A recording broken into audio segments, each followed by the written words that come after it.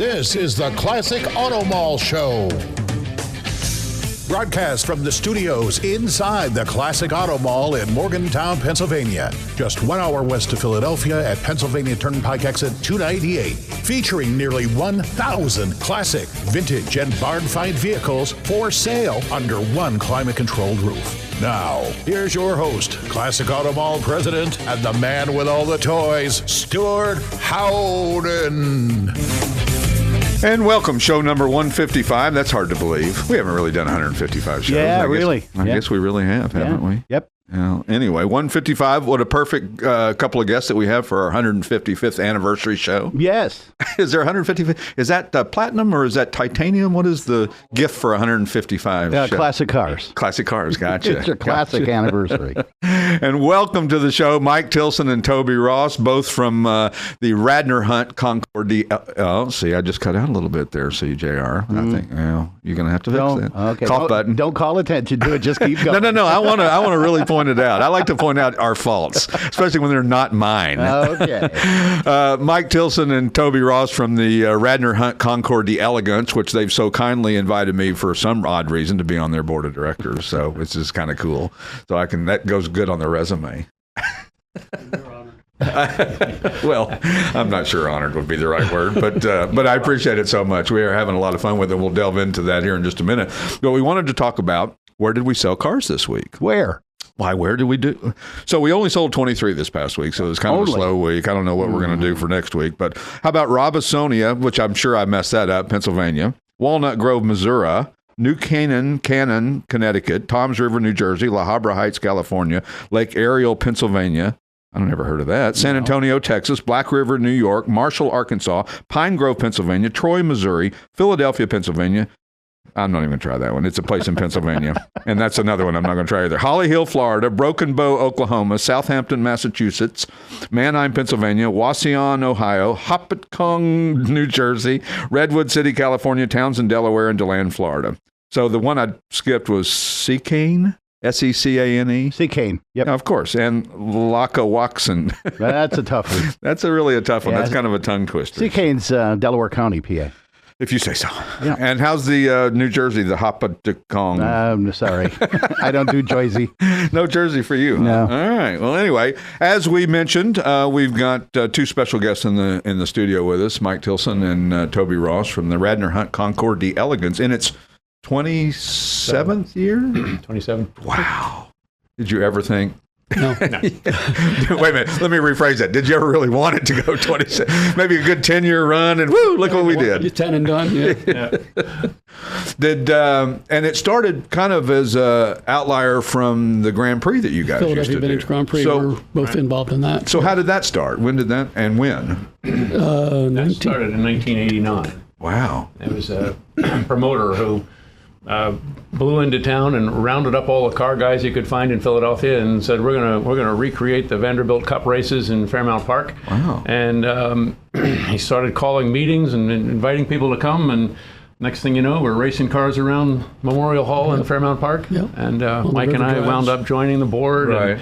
And that went on till 95. Wow. When we realized that the city of Philadelphia is not really a very friendly place to try to put on a charitable event like that, race expensive old cars around. Right. Bunch of rich guys. Yeah. So it lost money every year, and so we decided after a while we should stop that. But we did have some great events with some great drivers and great cars. It was pretty spectacular. Mario raced around in a Dodge Viper and scared the hell out of all of us because he was going so fast. And wow. Little known fact. While Mario was racing around with the gentleman who was our chairman at that time, they didn't know, but we knew that we didn't have any insurance yet. That sounds this is all sounding very familiar to me. Yeah. But that ended, and then in 1996, we all sat around looking at each other, wondering what to do. And Mike? Well, I was on the Radnor Hunt Board of Governors. Right. I was on the Future Planning Committee, and they wanted to come up with an idea that didn't involve equestrian sports or tennis. And I said, well, I have a lot of car friends, and we have this beautiful setting. I said, why don't we just have a little garden party? We'll sit here on the patio, and I'll bring 35 of my car friends to bring a car, and we'll sit around and enjoy that. And it turned out beautiful, Awesome. a beautiful weather day. And then they said, well, this is great. Can you make it bigger? Well, Of course. sure. Well, Apparently we could. yeah. Here we are. Here we are now with 100 hand-picked cars Yeah. and 250 cars in the motorsports park, a barbecue, a rally, black tie. It's become very big, and Yeah. it's become one of the most highly considered Concours events in the world, actually. And I say that to people all the time. I think, they don't realize right here in their backyard, if you live close to us, if you live within 100 miles of here, you've got a world-class Concours as good as any on the planet. Yes, and we're very fortunate to have the Simeone Foundation Museum that we can hand-pick cars from. Sure. They're very generous, Yeah. and within probably 200 miles of the event, there are some serious car collections. Yeah, people don't realize, and I didn't even realize that when I first moved here in 2017, and I didn't, I kind of went in this kind of backwards. I said, that sounds like fun. We'll open up a mall and fill it full of cars. I hope there's a lot of cars around that part of the world. Surprisingly. and surprisingly, there are. I mean, we've consigned since January 1st, 2018, we officially went in business. We've consigned 6,500 cars. Wow. 80% of them have come from within 100 miles of where we sit. Mm-hmm. Yeah. So, which is good and bad. I mean, it's good, but it's like we need to broaden our horizons a little bit. Well, we've had cars from Europe, and we've had cars from California, and cars from Texas, a lot of cars from Florida, but a real big concentration of cars in the 100 to 200 mile area, and all quality cars too. Yeah. Eastern Pennsylvania is sort of the center of gravity for car collecting in the eastern half of the United States. I would argue that it's in some ways better than almost anywhere in the absolutely. world. I mean, anywhere, whether it's Scottsdale or Monterey or anybody. Well, what's interesting, we have some very serious car collectors that will send a very serious car to our event, but won't go to Pebble Beach. Right. It's too far, too expensive. Yeah. So we'll get Pebble Beach quality cars at our event. Well, and it's interesting with Pebble Beach this year. I have mixed emotions about the Best in Show this year. I think a lot of people do, and it is the coolest car ever. I mean, the Bugatti that won Best in Show is a very cool car. I just think that it kind of swayed a little too far from what a Concours d'Elegance is, and it just seems like they may be trying to push the envelope a little too early, too fast, and too quick. Your thoughts on that? Or Well, when I was involved with the event at Hershey, we were the first event that picked an unrestored car for Best of Show. Right. It was a significant Alfa Romeo. Right. HC2900 Yeah. belonged to Bob Bear. And we got a lot of kudos for that. Right. Yeah. So maybe it's, Because it told Villa a story. d'Este gave Best of Show to an unrestored Preservation Alpha this year. yeah. So, my response to that is that Type 59 at Pebble Beach is very welcome at Radnor Hunt. Sure. yeah. It's RadnorHunt.org. Radnor Hunt Concours, plural, .org, right? Yeah. Right. Yeah, we love, I mean, what an amazingly cool car. And then, of course, they had the wedge cars this year, which were interesting because those haven't really seen the light of day in a long, long time. And the one of them I just read today, the Ford Probe was in an accident with the truck and the trailer caught on fire and burned up the Probe. I just read about that just a few minutes ago before we went on the air, as they like to say. And so, but those wedge cars were interesting, especially the one that had the glass flip up roof, and you kind of, I don't know, get in and out of that damn thing.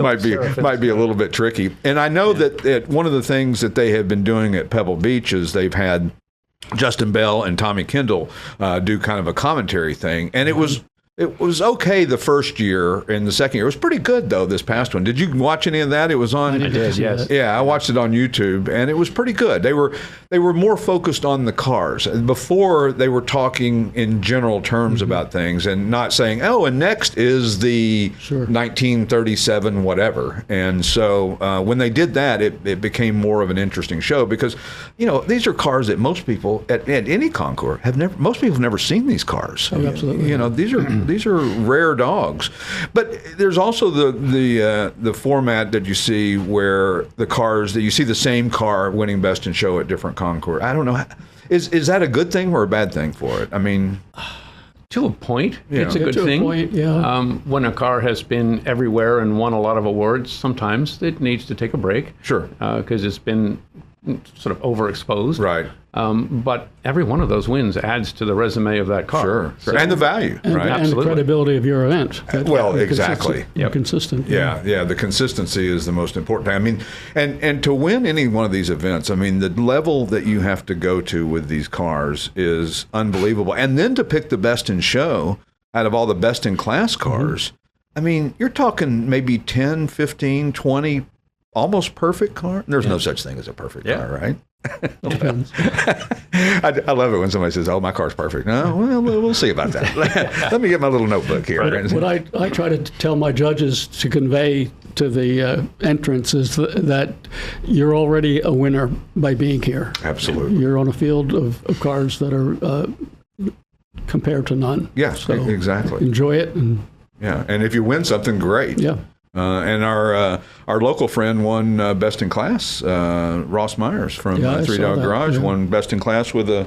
What was that? That was well, I don't remember what it was. It was a Packard. Oh, the 1914 Packard 448 7-passenger touring. Oh, yeah. And first in class in Packard early pre-twin 6 category. They had quite a few categories this year out there. They had a lot of classes. Quite a lot of people from our area here that were in the show this year. There was a lot of We had a lot of friends out there. Kathy said there's a lot of Pennsylvania names that are coming up in first and second and third place, and which was interesting because that's a long way. That is. And as you talked about, expensive. I mean, ship your car to the West Coast and back. That's not cheap. The hotel rooms. I mean, it's got to be $1,500 for the Super 8. Right, and all the other events and Yeah, and the entry fee to go to the events is expensive, and I mean, and rightfully so. Listen, it's not supposed to be for everybody. Right. It's not supposed to be a $5 ticket and everybody gets to come in and see the cars. You couldn't handle the crowds at that, Right. you know. The first time I showed at Pebble Beach was with a BMW 507 Roadster Right. that we had restored. Wow. And we were quite proud of it. And but we were told by a lot of the organizers, you don't expect to win your first time out. I said, no, I'm just glad to be here. Sure. I'm glad to be on the show field. Subsequently, we were in second in our class, just behind a 300 SL Roadster that Paul Russell had restored. So I felt we were in good company. Pretty good company there, right? Yeah. So The thing that we like to explain to our spectators and fans is that what makes these invitational curated concourses different is the quality of the cars and the amount of effort it takes for the owners to prepare them and bring them to the shows. Sure. Most people don't realize that for them it's the honor of showing at beautiful venues, but it's the honor of winning awards for their cars. But it's a competition. Right. It's a competition like any other kind of sport or event. and rich people are competitive, right? Very competitive. That's right. That's right. People don't realize that it's not just a local car show. Sure. This is serious business, and People take it very seriously. yeah. And the entrants spend thousands and thousands or tens of thousands of dollars to show their cars in order to get a trophy. Yeah, no money. There's not a lot of money in it. no So money. when we return, we'll continue our conversation with Mike Tillson and Tobey Ross from the Radnor Hunt Concours d'Elegance. We'll be back in just a couple of minutes. The Classic Auto Mall has more than 1,000 vehicles for consignment in our huge 8-acre climate-controlled showroom. It's a real indoor mall. If you'd like to know all the advantages of buying and selling a car through consignment, the information is available on our website, or you can talk to a classic car specialist who can answer all your questions. It's easy, safe, convenient, and it doesn't matter where you are. We sell worldwide. See our huge selection of classic and collectible vehicles at classicautomall.com. And we're back with the Classic Auto Mall show from the Classic Auto Mall studio in Morgantown, Pennsylvania. I'm trying not to depress Tobey here. Sorry about that. I keep bringing up things that I shouldn't. Make a note. Don't bring up anything. Just talk about cars. No. Bring it all up. Yeah. So, okay, I'm going to test your memory banks, both of you. What was the first best in show at the first Radnor Concours d'Elegance? Tobey. I think it was a Mercedes 300S. Ooh. Don Arano? Because it's actually. I come prepared with that information. I know. if I I'm knew sorry. it. I'm sorry to spring stuff on you. Yeah. Pretty sure it was a Mercedes 300S. Well, the last one on our website is 1999. shows is the last winner in on the website. So that was the 1931 Cadillac Fleetwood Sport Phaeton in 1999, but it doesn't have 98 or 97. So we'll have to work on that. We'll have to figure that out. The records back then were done with my handwritten notes on your little scraps notebook? of paper. Yeah, a little notebook. But I do have them. Yeah, well, that's great. That's fantastic. So the featured mark this year is Tobey is going to be what? Well, we're hailing Britannia. Britannia. We are featuring British coach-built cars, Allard sports and racing cars, pre-war MGs, and in the veteran class, we're having a nod to nickel-era cars, which were approximately 1912 to 1929, right. When nickel was a little cheaper than brass that was used on the high-end cars, and we had not yet perfected chrome. Right. Chrome came in around 1929. Is nickel used in anything anymore except nickels? Nickels? I guess they're made of nickel, right? Probably not. Probably not anymore. The way everything else in the world goes. So, Hail Britannia is just so. It's such a broad category. I mean, think about everything that you got. You got Rolls Royce, you got Land Rover, you got Aston Martin, you got that just goes on, and then the motorcycle side of it as well too. I mean, there's British motorcycles. A lot of British motorcycles, which is an interesting class. Which is something what you started in. I think I saw that first year was 2019. I think when first year you did the motorcycle We class. were the first. That sounds right.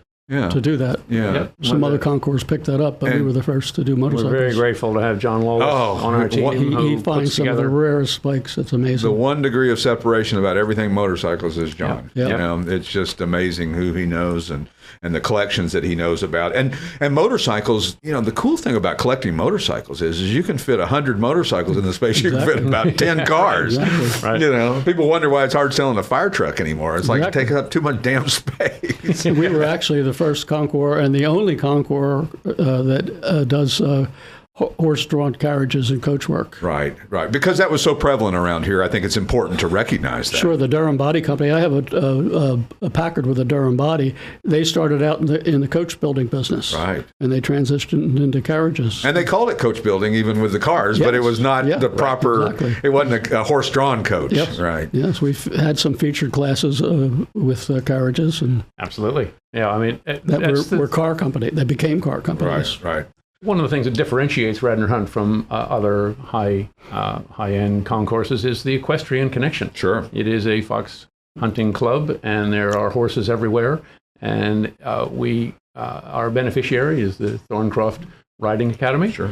So everything equestrian is connected to this concourse, and that is a big attraction for many of our entrants and spectators. Well, it's a beautiful setting, and not everybody's into golf. Not everybody. Exactly. A lot of them are on golf courses. One of the, But I tell you what, the amazing thing is that how close in proximity you are to downtown Philly to there, and you think it's like two different worlds. It is. When I drive through Malvern and that part of the world, I feel like I'm in East Tennessee. It's the rolling hills and beautiful, and you think, there is craziness just blocks from here. 20 miles away, you're in Center City. Isn't that funny, though? I mean, it's when for people that don't know Pennsylvania, if you moved here, you would never expect to see that kind of terrain and things. You always think of it as, a big city, gritty suburbs, nothing like I tell you, driving out there when we have our board meetings and seeing all those beautiful farms and estates and all that, you just think, I want to live here. But well, the people that do the tour, the rally, that have never been here before, they come back and they say,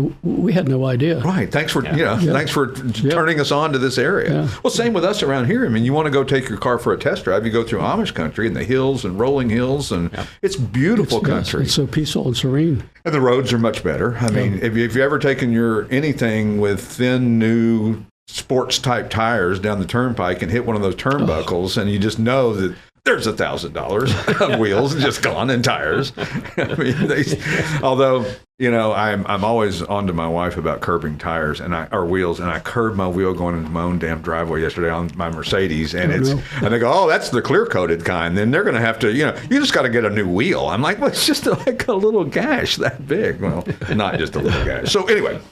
Not only do we feature Hail Britannia at the Radnor Concours this year, but there's also other marks are accepted as well, too. Oh, absolutely. Yeah. Yes. Race cars and other classics. Sure. And then motorcycles, as we talked about. Muscle cars. And, Yes. And we have 3 categories of winners: Best of Show Elegance, Best of Show Sport, and Motorcycle. Right. So, And all the other subdivisions. and then the subdivisions of the categories, and then there's some people's choice of categories and things like that as well too. And is 100 the right number? Is that That's what we always shoot felt? for. Yeah. When after my first garden party and it started to grow, we got close to the 200 range. Wow. And it was a little bit overwhelming. So we came up with the idea to call it the 100 Motor Cars of Radnor. Right. And Bill Warner, who did Amelia Island, he said, Mike, that's a great idea. He said, my event's getting out of control. I'm over 200 cars. Right. He said, I'm going to take, a lesson from that. And then he got up to 300 cars. It's hard to say no to a wealthy collector. He couldn't say no. I know, and that's the problem. But we're limited by ground and, Yeah, the geography of it. And it's not like when you're at Amelia where there's 14 hotels within a Exactly. block. Yeah. I mean, there's a lot of logistical things that have to happen. Yeah. And I think that's important for people to realize that you do that on purpose. You could probably get 300 cars if you wanted them, but... Sure. And how many cars can you look at in 4 hours? Right. Properly. And that's the feedback we often get, that the size of our show is perfect. Right, Because right. you can see all the cars, you can meet all the entrants, you have time to interface with your friends and old friends and new friends. Yeah. When, as you say, when you go to Pebble Beach or Amelia Island, it's really hard to see all the cars. Right. Or people. I run into people, I go, you were at Amelia, I didn't see you. Right. Right, yeah, exactly. Yeah. Right. And we found that the 100 cars is just perfect fit for the best areas around the Radnor Hunt. Right. It just fits in the lawns and the nooks and crannies we have for the beautiful setting. It really is a beautiful setting. What's interesting, too, is that the Motorsports Park gets up to 250 cars. I've had some friends and acquaintances that have come to the event, and they've gone into the Motorsports Park, and they thought that was the Concours. Never. Because the quality of the cars are there is just as... Hell, the parking lot's a pretty good car show. Exactly. I mean, you can see some great cars out there in the parking lot area. So, and the motorsport show is great because it's utilizing an area that would be hard to use within the confines of the Concours to have that down there. But they are in adjacent fields. Yeah, right there. And I mean, it all looks like one big show. and it's amazing the cars that they get in there. I mean, really, the stuff, the high-end supercar type stuff that you see that. He's like, that car's from right around here. How have I never seen that? Well, there have been times when the day of the Concours, a couple of cars didn't show up for the Concours, and I've gone down the Motorsports Park, and I said, Yeah. Pull them in. bring it in. Come on. You're And we do have judging in the motorsports park. It's a little more fun, a little less formal. Sure. But a great crew of judges down there as well. And it's an important part of the show. Sure. And it's also where we can recognize slightly newer cars. right. Invitational concourses cut off somewhere around the 1970s, and the golden era of motor cars. But there's an awful lot of interest and enthusiasm, especially with younger people, Right. for newer cars, and that winds up being a terrific show. Well, look at the auctions. I mean, the auctions have morphed into supercars and hypercars and, Porsche 911s that you go, why didn't I buy that car? It was 30 grand, 10 years ago, and now they're 300 grand. And, we see that. And I think that seeing that is continuing the hobby, because we have to continue the hobby. But to what point? I mean, what's the next category on the horizon for Radnor Hunt? Is it hot rods? Is it? I'm not putting you on the spot. I'm just saying, is it hot rods? Is it alternative fuel? Is it? I mean, and is it the JDM, the Japanese cars? I mean, do we go that, or do we say, you know what? No, we're going to keep more tradition with the Concours. There can be other shows. Sure. Like the what's the show where they do the 80s and 90s cars? Radwood. Yeah. And that's what we are incorporating into our motorsport park. Sure. That's the Radwood theme. I'm not quite ready for all of that yet. We've done some interesting things over the years, slightly different things. We did tractors Right. with an automotive theme. Oh, that's kind of cool. We've done pickup trucks, early old pickup trucks. Right. We've had a couple of fire trucks. I think in the future, the story of electric vehicles would be very interesting. It's going to be hard to ignore, regardless. I mean, they've been around for hundreds of There's nothing new. Been around for 100 years. So and you go to there's a Boyertown, story to tell. Absolutely. and Yeah. you see some great electric cars, and they were interesting back in the day. I mean, if you look at the contraptions to fuel up an electric car, it was this grid-looking thing that had these weird copper-looking things, and if you touched it, you'd fry yourself. But I think that I know that people ask about different categories. categories. And I know Pebble Beach was trying to assuage that. But I think that a Concours d'Elegance should probably always stay a Concours d'Elegance. And if you want to have, I mean, listen, Hot Rods have the Oakland Roadster Show, and they have the Motorama in Detroit, and Radwood for those type of cars. And I think there's a place for everybody. And you don't want to ever see a Concours without a Duesenberg or a Packard or a V16 Cadillac. I mean, those should be automatic. You got one of those, right. You're in. And what you said is exactly right. There's a place for everything at Radnor Hunt, with the motorsport park, motorcycles, concourse. Cars We've and had some coffee. Bicycles. Right. Really cool old vintage bicycles. The bicycles are made by Pierce Harrow. Yeah. And kids' cars. Kids' cars. Yeah, I remember that when they had the pedal cars that time. Yeah. We have pedal cars every year. Yeah. There's some vintage go-karts that go in with the pedal cars. Right. So there's a place for everything. Right. One of the other things we've done, started that last year. We were one of the first major Concours events that has a woman chief judge. That's right. We're trying to bring more women into it. And that woman chief judge will run circles around me in knowledge of cars, Right. no question about it. I don't even want to get into that contest. Well, you don't have to live with her either. Yeah, she knows her cars. she's amazing. She's a car guy. Yeah. She is either. This is Susan Taddeo. Yeah, Susan Taddeo is Mike's significant other, for those of you who don't know. She has either judged or participated in, I think, virtually every major car show in the country. Isn't that amazing? And in Europe and in Canada. Absolutely. And many in Europe, and many of the vintage rallies. Sure. So, yeah. And it's interesting is when a lot of the women heard about her, they wanted to be part of the event and judge. So we brought in a lot of quality women judges. Sure. When we return, we'll continue our conversation with the two gentlemen from the Radnor Hunt Concours d'Elegance. We'll see you in just a couple of minutes. Whether you want to buy or sell a classic, collectible, or special interest vehicle, you need to visit the Classic Auto Mall website for more information. If you're looking to buy, you can easily search our inventory of more than 1,000 vehicles on the web at classicautomall.com. And we're back with the Classic Auto Mall show from the Classic Auto Mall studio in Morgantown, Pennsylvania. ClassicAutomall.com is the website if you're curious about any of our new inventory or want to know more about what's going on here. I just realized I had a typo on my own notes here. Gosh, Stewart. And then, I like to point out my flaws, JR. I'm sorry about that. There is a claw growing out of my back. They just can't see it on the air. Talking with my two friends, Mike Tillson and Tobey Ross, about the Radnor Hunt Concours d'Elegance, which is located at the Radnor Hunt. What's the proper name for the Radnor? It's not called Radnor Hunt Club. It's called Radnor Hunt. Radnor Hunt. And it happens to have a clubhouse. But, it's redundant to say club or whatever. They don't like that. And you actually do fox hunting on the grounds there, right? Yes, we are the oldest continuous fox hunt in America since 1883. Wow, that's crazy. Fox hunt 3 days a week in the hunting season, which begins in August through March. Right. We hunt live fox, right? But our license from the state of Pennsylvania is a fox chasing license. Gotcha. So we just chase foxes. There's no reason to kill foxes. Kill them or anything, right. They used to be predators to sheep and chickens. And there was a reason. There was a reason. Yeah. There's no reason to do that anymore. Right.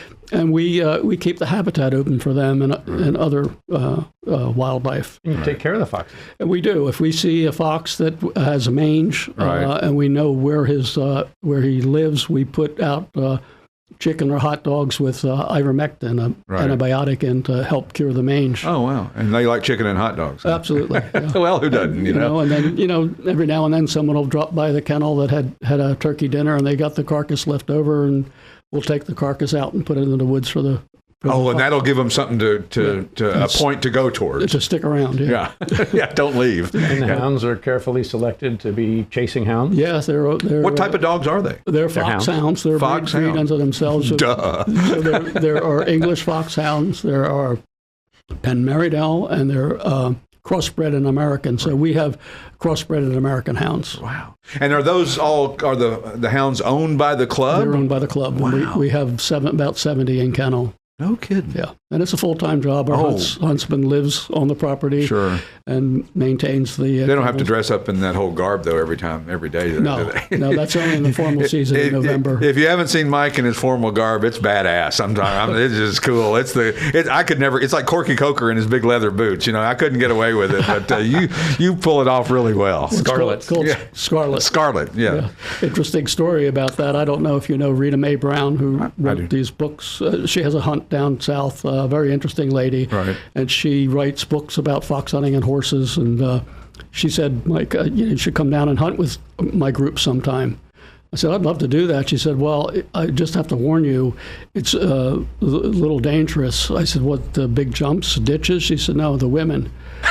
I said, well, they get scarlet fever? She said, what are you talking about? I said, well, they see a man in scarlet and they fall in love. Scarlet fever. And she said, I'm going to have to use that in one of my next books. Like 6 months later, I get a book in the mail, and it's called Scarlet Fever. How funny. And in the back of the book, she gave me credit for the title. That is so funny. But, since the 1800s, it's hard for anything to continue on that long. It's amazing. Mm-hmm. It's amazing. And it's hard to keep interest. It's not like it's a prevalent thing that you see it, it's not an Olympic sport yet, I guess. Yeah, and the other thing is, it's the same problem we have with the car world, is to get the younger people interested and involved. We try and try and try. So many distractions. But I think I'm sorry, I didn't mean to interrupt you, but I think that the thing that we're missing, though, on getting the young people involved is not trying to change the event to the young people. Exactly. Let's change the young people to appreciate the V16 Cadillacs and Packards and Duesenbergs. Yeah. Are you going to have a hunt on the Saturday as usual? Yes. Yeah, okay. Yeah. So something else for everybody to know is our weekend has a great deal of activity on Saturday as well as Sunday. The concourse is on Sunday, but on Saturday we have the beginning of the road rally, and we have a Cars and Coffee sponsored by somebody we know. I think it's Classic Auto Mall. That's it. It's sponsored by Classic Auto Mall. And donuts, too. Yeah.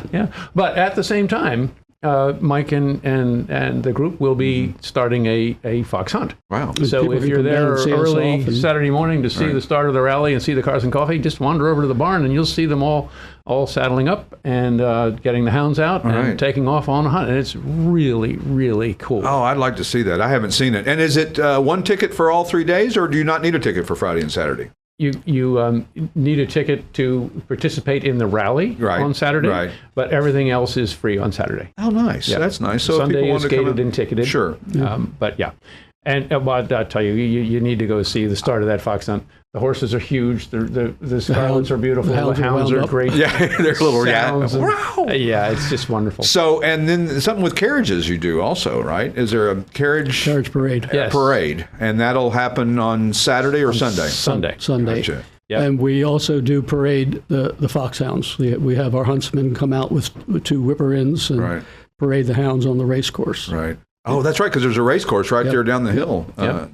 Again, it's the equestrian connection. It's the only concourse we're aware of where we have a carriage drive, which is multiple horse carriages that go out on their own road rally, so to speak, and then arrive at our concourse at about 11:30 on the Sunday morning, and are on display for everybody to see. And I bet that's a big attraction to people. It surely is. And the detail on these carriages is incredible. Yeah. I mean, I've seen some of our friend Harry Tussi's carriages, Belgian carriages are like, wow. Some of them put cars to shame. I mean, some of them are just so ornate and intricate and beautiful. Mm-hmm. And you realize these are built by hand in the 1800s, a lot of them. Exactly. And cars were a little later. Yeah. And then we will have the whipper-in run through around the concourse with a group of the hounds. Mm-hmm. And they have all through the... They have, they kind of run right through and right by. Yeah, I don't know. And it's quite. I don't know what event I've been going to. I missed all. I missed this. I guess I'm busy or something.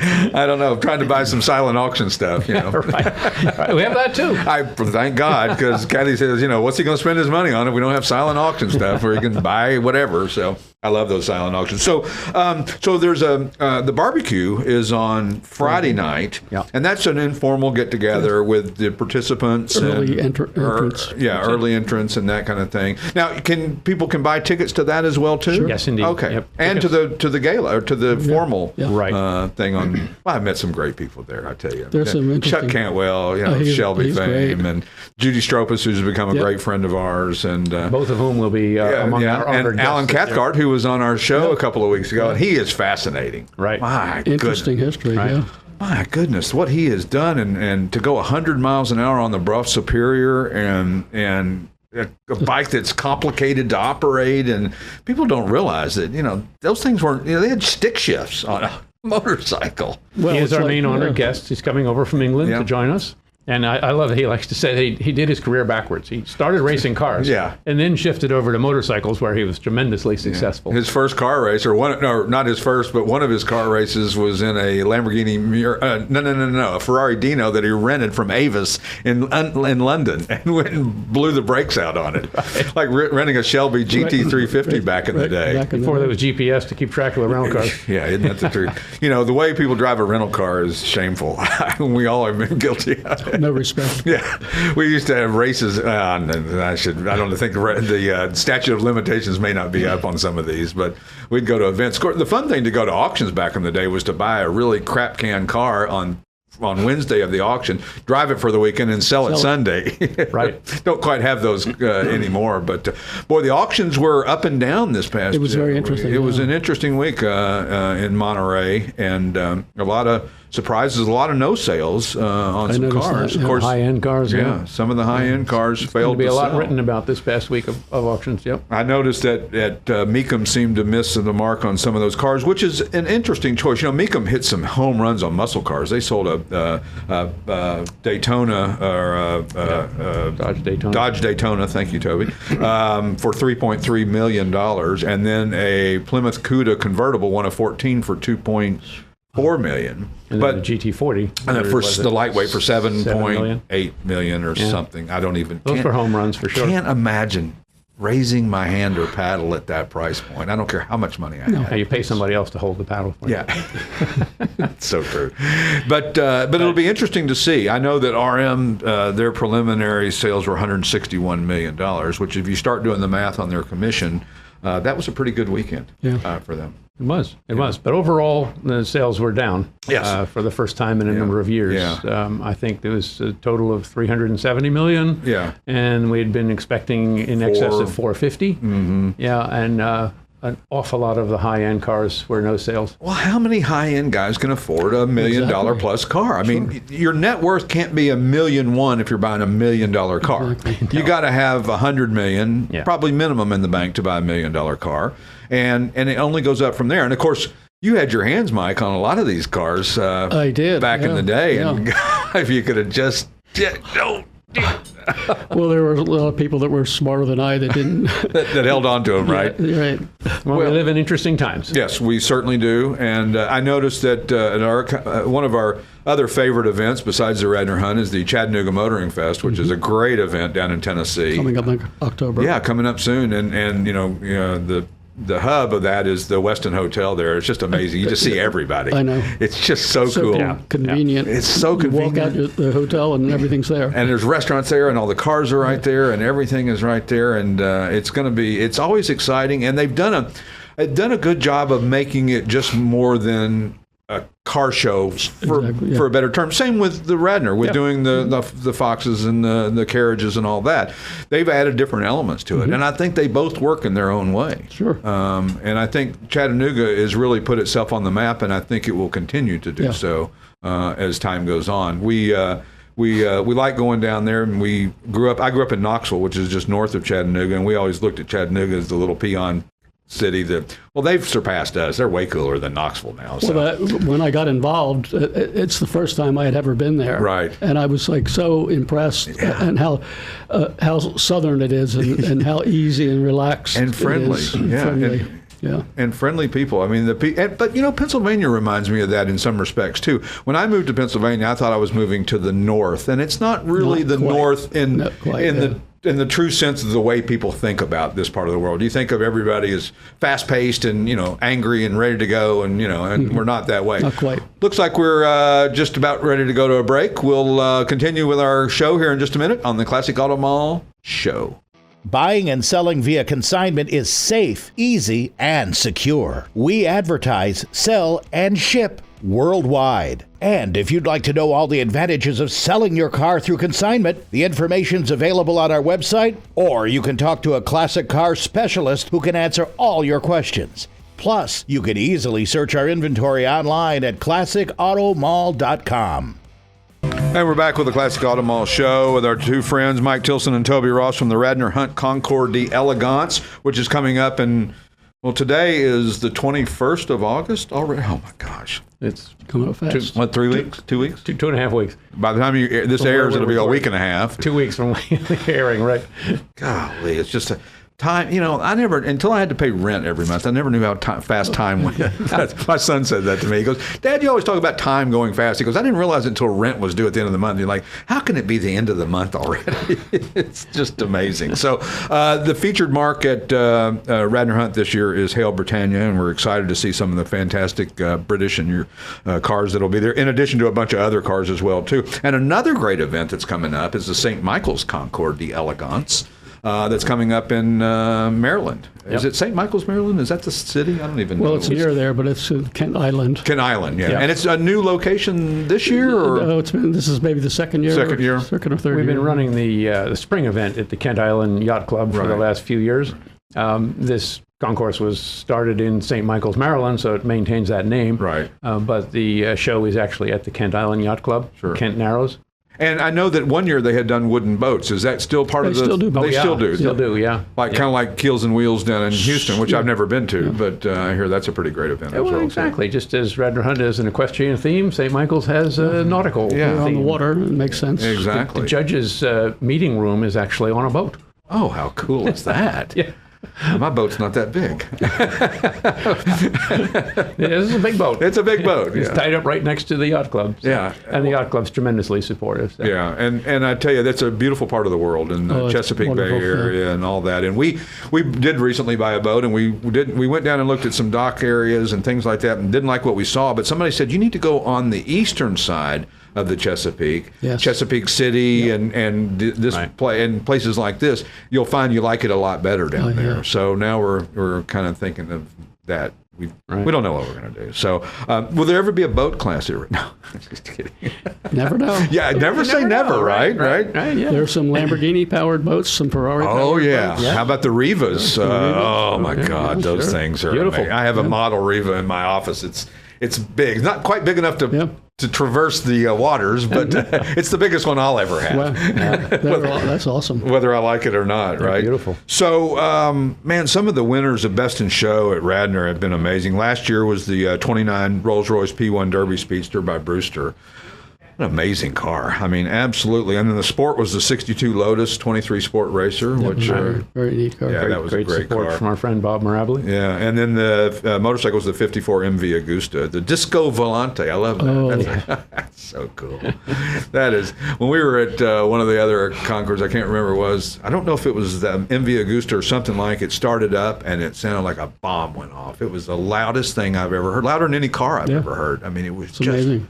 Really amazing that the little tiny motor put out that kind of noise. You just think that's what got me involved in racing. My grandfather used to take me to dirt tracks when I was a little kid to the races, and the sound of the race cars was like addicting. Yeah. I got addicted to the sound, and then like the methane smell of it, the castor oil, and the castor raised oil. That is absolutely. I rode a two-stroke dirt bike in junior high and high school, and I couldn't figure out why I couldn't get any girls to go out with me. It's because I smelled like a oil pit. I'd come into school with my hair all matted down. I would ride my motorcycle and hide it in the woods because you weren't allowed to ride your motorcycle to junior high. Right. But my parents were like, as long as we don't have to take you to school, then go figure out a place to park it. And so we'd go walk in there in the O-Day Castrol. Jeez, you were cool. I rode my bike to school. I put baseball cards in the spokes to make the sound of a motorcycle. Did anybody see Stewart? Yeah, he was just here. I can smell him. And then, of course, the year before, the 25 Locomobile, a Durham convertible, Yes. and of course Durham as a local connection as well, too. Absolutely. Right?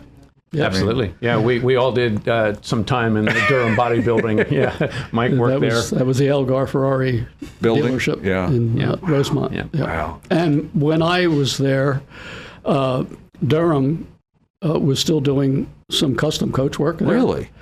They were building bulletproof cars for third world dictators. No kidding. But these guys were a little bit old and slow, but by the time the cars got done, the dictators were dead. But it was amazing. They used to do the bulletproof glass and the grenade plates Underneath the car? under the car and test shoot through the glass. It was astounding what they were doing up there. Wow. And of course, you don't want that to ricochet back at you. No. Then that would. But when I was there, the last of the Durham brothers was still living, and he was operating that, and it was Enos Durham. Right. I was in my 20s, he was in his 80s. Wow. And I would take the time to talk to him and try and pick his brain about the history. And I said to him one day, Mr. Durham, I would love to one day find a Durham body car. Right. And he said, well, you should do that.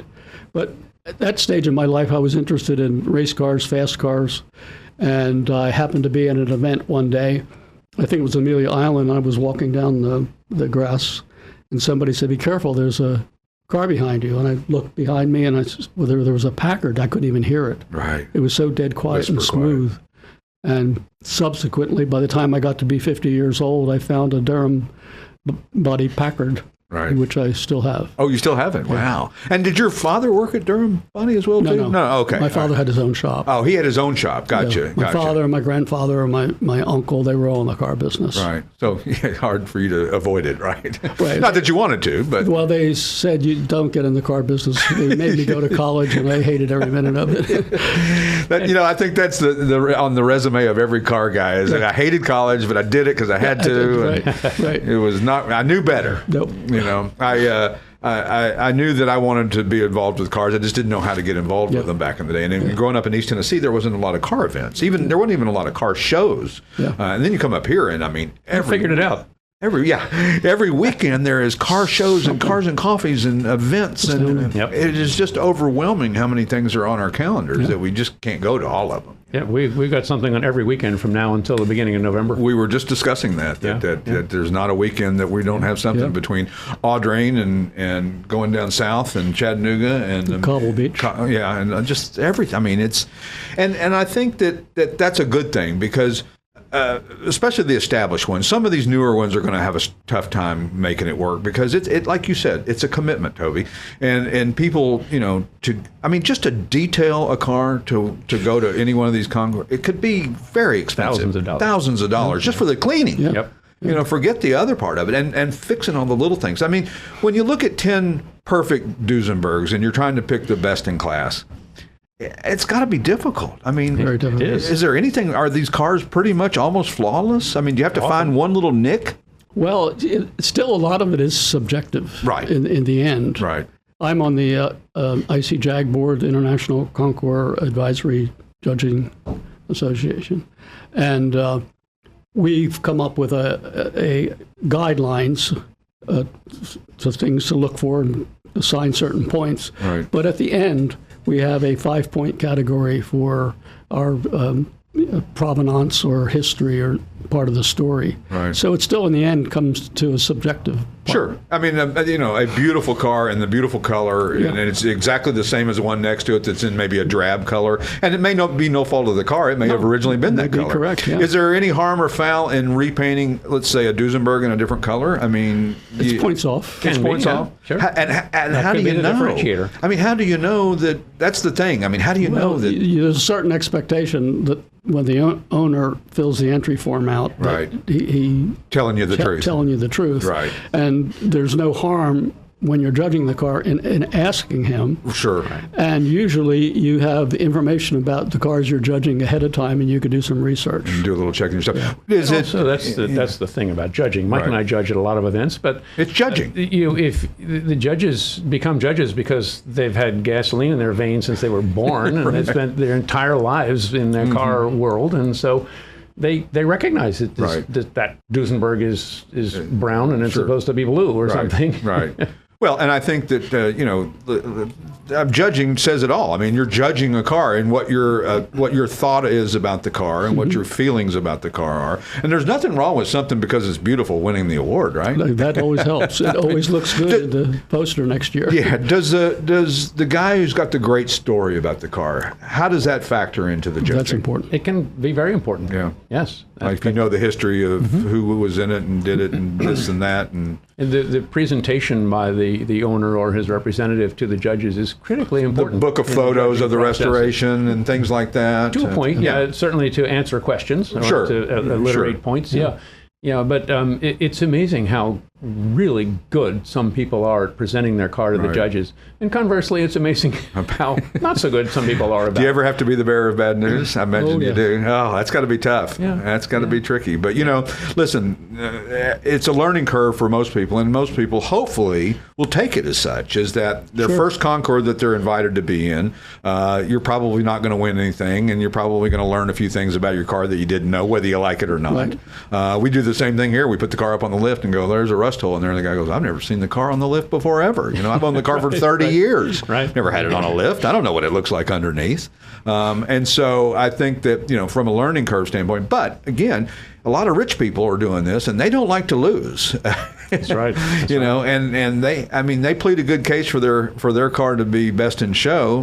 You got to obviously listen to that and understand where they're coming from and why they think it. Sure. And especially if they're a respected collector, right? I mean, we've got a lot of guys who've been doing it for a long time around here. Oh, yeah. But there's no question that the presentation is very important to the results from the judges. Sure. It answers questions before they're asked. Right, which is important. Yeah. One of the things we're doing this year, which goes back to the original idea of a Concours d'Elegance, is fashion and having the ladies and the gentlemen dress up and giving them an award for best dressed man. Best dressed We're going to have fashion experts wandering the show field. And just randomly kind of picking people. Selecting people. We have some really nice awards that we're going to give to the winners. So we are encouraging all of our entrants and spectators to come in period dress. We should do that in church, too, by the way, and maybe flying on a plane and other places where people should dress up. Exactly. I remember as a kid, I had to wear a Navy blazer on an airplane. Absolutely. I got bumped up to business class in the early days because I was wearing a blazer. See, that proves it right there. Yep. That's all you need to know. You get come and pick me out of the waiting area and say, you know what, you can have this last business class seat. I remember, flying with a blazer is the greatest thing in the world because it's got lots of pockets and you can wad it up if you got the polyester version and just throw it under the seat. You use it as a pillow too. Well, and a pillow as well too. So when the lifestyle show continues here, we will. Anyway, thanks so much, guys, for being on the show today. We look forward to the event. We look forward to talking more in years and years to come in the Radnor Hunt Concours, and we'll see you next week on the show with some unknown guest to be named at a future date. See you then. Thank you. Thank you. You've been listening to the Classic Auto Mall Show with your host, Stewart Howden. Executive producer, Steve Safier. Produced and engineered by yours truly, J.R. Russ. Available on ClassicAutomall.com, YouTube, or wherever you get your podcasts. Music courtesy of the Pat Travers Band. For tour dates, contact, and stuff, visit PatTravers.com. Produced by Car Smarts Media. Copyright all rights reserved.